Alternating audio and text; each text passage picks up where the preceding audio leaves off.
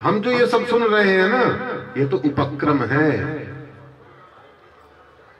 भागवत की बहुत सी विद्वान तो दसम स्कंद से ही भागवत मानते हैं। कहते हैं भैया हमारी भागवत तो दसम स्कंद से शुरू होती है।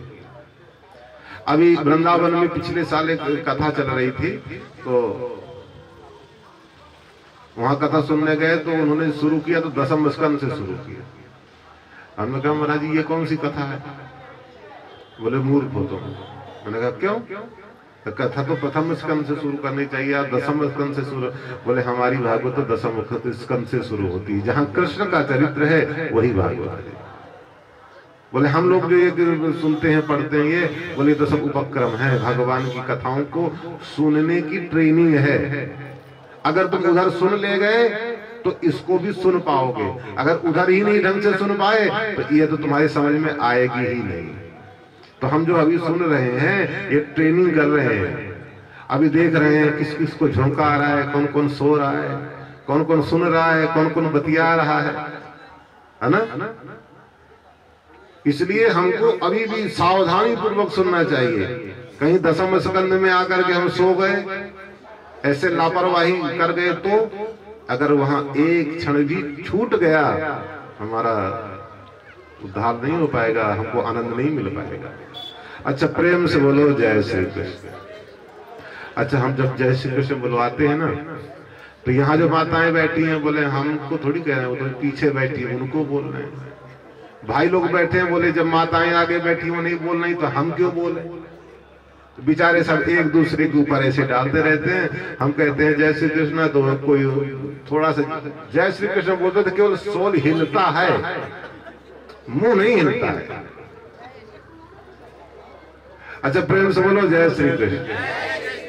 ऐसे बोलते तो आनंद आता है हमको। देखो वक्ता की जो बैटरी है वो जय श्री कृष्ण है। जय श्री कृष्ण ना बोलो आप आधा घंटा तक, हम कथा में गड़बड़ा जाएंगे, कथा नहीं सुना पाएंगे।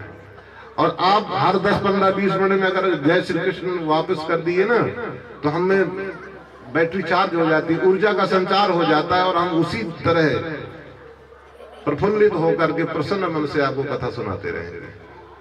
अच्छा प्रेम से बोलो जय श्री कृष्ण। तो इन भगवान की जो कथा है ना, वही भागवत की कथा है।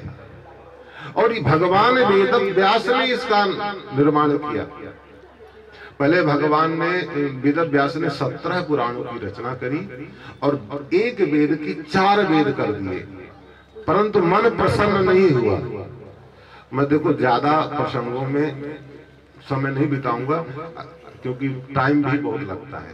प्रसंग प्रायः माताओं को, भाई लोगों को हजारों बार सुन चुके होंगे। इन कथाओं का आध्यात्मिक तत्व क्या है, अभिप्राय क्या है सुनाने का, केवल मैं इतना बताऊंगा। तो व्यास जी को थोड़ा सा असंतोष हुआ। नारद जी आए, नारद जी ने कहा देखो तदवायसं तीर्थ मुसंति मानसा नयंत हंसा निर्मंत शिक्षया। आपने जहां कौवे डुबकी लगाते हैं कीचड़ वाले तालाब में, ऐसी तालाबों का तो निर्माण कर दिया है जिसमें राजहंस विचरण करते हैं। ऐसे मानस सरोवर का निर्माण नहीं किया आपने। 17 पुराण तो बना दिए, परंतु जिसमें भक्तों का मन लगता है, ऐसे भक्तों के उदार चरित्र को आपने नहीं कहा। एक बात और बता दूं, भागवत में टोटल भगवान के भक्तों की कथाएं हैं। भगवान की कथा कहां है बताओ? भगवान की कथा तो सबसे ज्यादा अजामिल उपाख्यान भगवान की कथा है, अजामिल की है।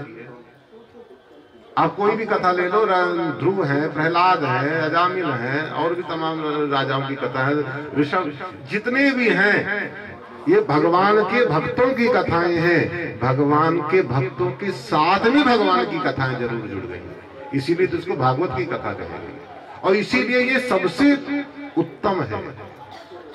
प्रेम से बोलो जय श्री कृष्ण। नारद जी ने कहा राजहंसों का जो मान सरोवर है, ऐसा भक्तों का उदार चरित्र गाओ। बोले मेरे में सामर्थ्य नहीं है, तो कान में मंत्र दिया, चतुश्लोकी भागवत उसके 18,000 श्लोकों में परिणित कर दिया उनको। अब मन में निर्माण तो कर लिया, पढ़ावे किसको? क्योंकि इसमें सबसे बड़ा जरूरी है अधिकारी होना। वक्ता का अधिकारी, श्रोता का अधिकार कैसा है, इसका बहुत निरूपण किया गया और बहुत जरूरी है। वक्ता में अगर अधिकार होना चाहिए तो श्रोता में भी अधिकार होना चाहिए कथा सुनने का, तभी आनंद आता है, तभी उद्धार होता है। अब श्रोता तो बहुत बढ़िया है, वक्ता पकड़ लाए कोई जिसमें योग्यता है ही नहीं, अधिकारी है ही नहीं गद्दी में बैठने का। अच्छा प्रेम से बोलो जय श्री कृष्ण। हम पता है जय श्री कृष्ण क्यों बोलवाते माते, इसीलिए कभी धोखे से किसी को नींद ना आ जाए। जरा सा भी अगर आए ना हम तुरंत बोल देते हैं।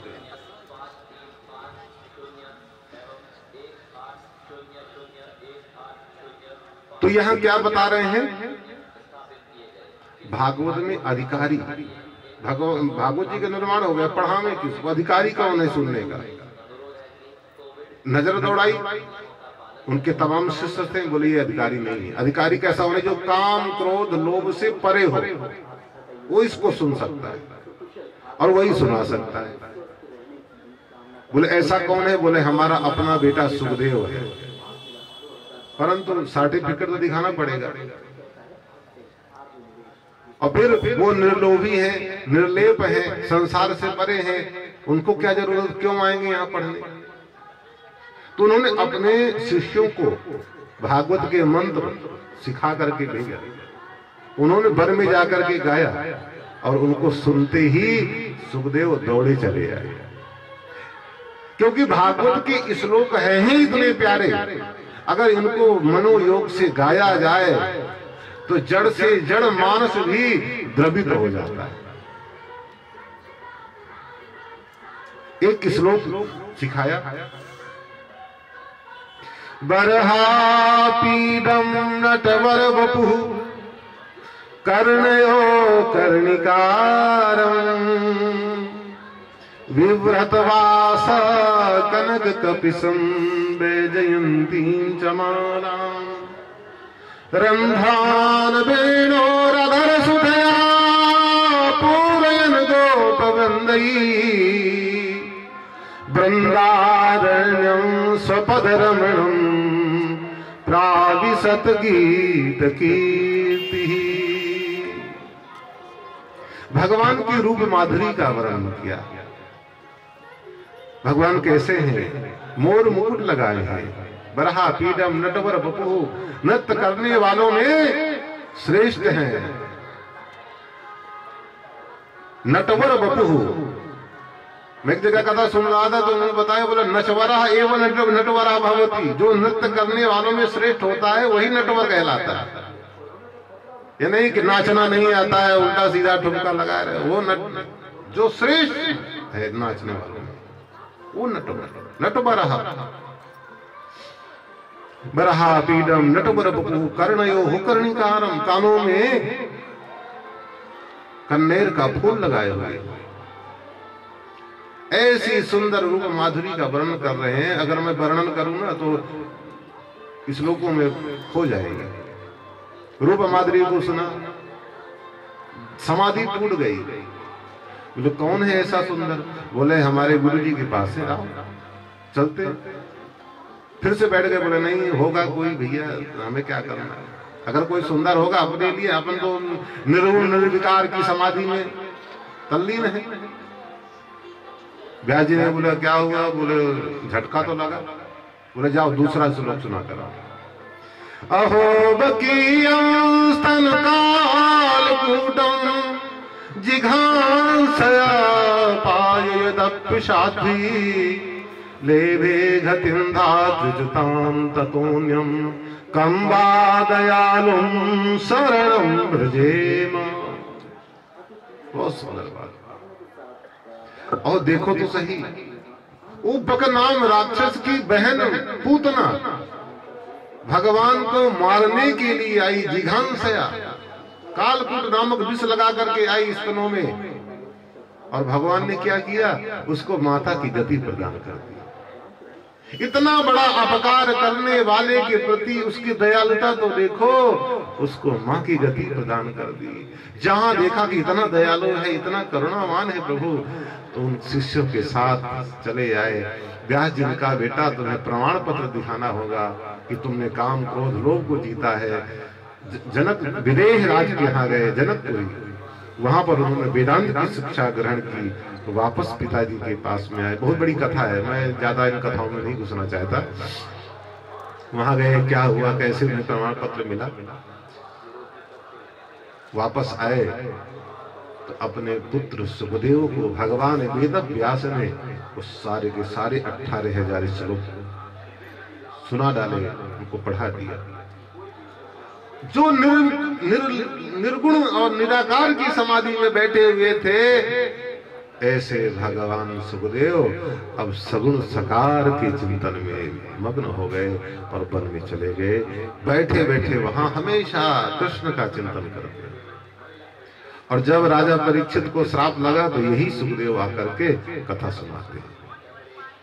बोले राजा परीक्षित कौन थे, इनको श्राप कैसे लगा, थोड़ा सा बताइए।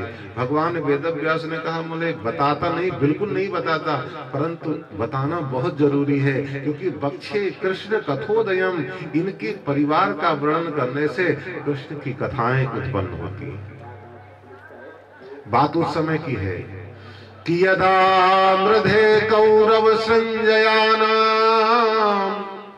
वीरे सथो वीर गतिम गतेषु ब्रकोदरा विद्ध गदाभिमर्श भगनोरुदंडे धृतराष्ट्र पुत्रे।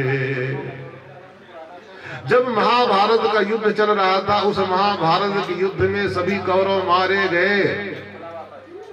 दुर्योधन की जंघा टूट चुकी है, उसका सीना छद विक्षत हो चुका है, उसके प्राणांत होने ही वाले हैं। भीम की गदाओं से उसका अंग प्रत्यंग टूट चुका है, प्राणांत होने वाला है। इनका सखा एक अस्त्र थामा आता है। बोले भाई ये दुर्दशा किसने की, सारा वृत्तांत बताया।